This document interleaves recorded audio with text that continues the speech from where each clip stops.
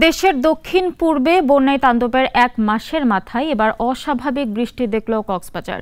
পানিতে তলিয়েছে উখিয়ার অর্ধশত গ্রাম। পরিস্থিতির অবনতি হয়েছে ফেনী, নোয়াখালীতেও। বন্ধ হয়ে গেছে হাতিয়ার সাথে নৌযোগাযোগ। প্রতিনিধিদের পাঠানো তথ্য ছবিতে আরও জানাচ্ছেন সিরাজুমনি শুভ।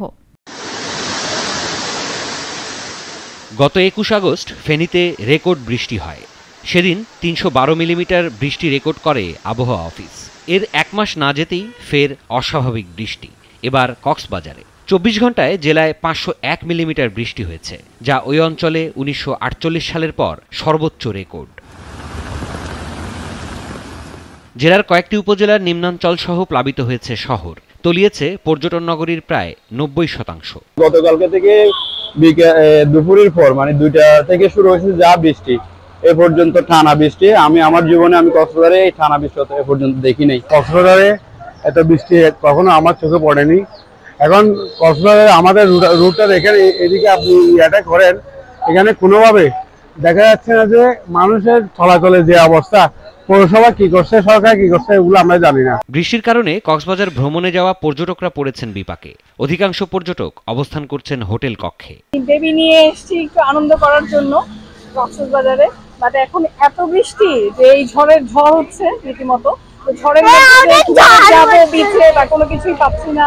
সবকিছু মিলিয়ে আমাদের পাহাড় ধস হচ্ছে, তারপরে আনন্দটা সেইভাবে করার মতন স্কোপ পাচ্ছি না। পর্যটকদের এখন অসহনীয় দুর্ভোগ এবং রাস্তাঘাট সবকিছু পানির নিচে, আর সমুদ্রে তো যাওয়ার প্রশ্নই আসে না, কোনো দিকেই যাওয়ার কোনো ওয়ে নাই। এদিকে আজও ভারী বর্ষণের সম্ভাবনার কথা জানিয়েছে আবহাওয়া অফিস।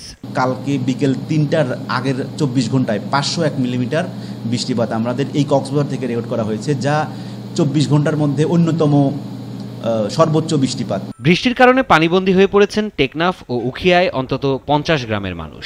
রাস্তাঘাট ডুবে যাওয়ায় ব্যাহত হচ্ছে যোগাযোগ। প্রায় 10,000 মানুষ এখন পানিবন্দী হয়ে আছে। এখানকার প্রায় 20টি গ্রাম প্লাবিত হয়েছে। এখানে চারিদিকে ডুবা, রাস্তাঘাট সব ডুবা, বাড়ি ঘরে রান্না করতে পারতেছে না, চুলার মধ্যে পানি ঢুকে গেছে। আমাদের সব বাচ্চা কাচ্চা এখন কালকে থেকে না খেয়ে অনেক করতেছে। সবার ঘরতে পানি ঢুকিয়ে এখন বন্যা পরিণত হচ্ছে। এখন কেউ তো ঘরে থাকতে পারছে না, গরু সল সবগুলো রাস্তার কাছে দিচ্ছি। এখন মানুষজন সবগুলো সকালে মানুষজন রাস্তায় রাস্তায় মানে যার মানে বড় ধরনের বিল্ডিং গুলো আছে তার কাছে আছে নিজে, এখন আমরা আশ্রয় নিচ্ছি। এদিকে নোয়াখালীতে ভারী বর্ষণ আর জলাবদ্ধতায় ফের দুর্ভোগে মানুষ। জেলা শহর মাইজদি, দত্তেরহাট, মাইজদি বাজার সহ বেশ কয়েকটি এলাকা ক্ষতিগ্রস্ত। অন্যদিকে ঢলে ভাসছে ফেনী সদর উপজেলার সরসদী, দাগনভূঞার সিন্দুরপুর ও রাজাপুর ইউনিয়নের 40 গ্রাম। বৃষ্টিতে কহুয়া, মুহুরী ও সিলোনিয়া নদীর পানি বেড়েছে। এছাড়া বৈরী আবহাওয়ার কারণে বঙ্গোপসাগরে ডুবেছে হাতিয়ার 7টি মাছ ধরার ট্রলার। নিখোঁজ অনেকে। বঙ্গোপসাগর ও তৎসংলগ্ন মেঘনা নদী উত্তাল থাকায় নোয়াখালীর হাতিয়ার সঙ্গে বন্ধ আছে সারা দেশের নৌযোগাযোগ।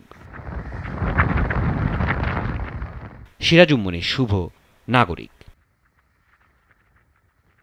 250-টিরও বেশি ডিজাইন অপশন নিয়ে ওয়ালটন স্মার্ট ফ্রিজ, বোঝে আপনার প্রয়োজন।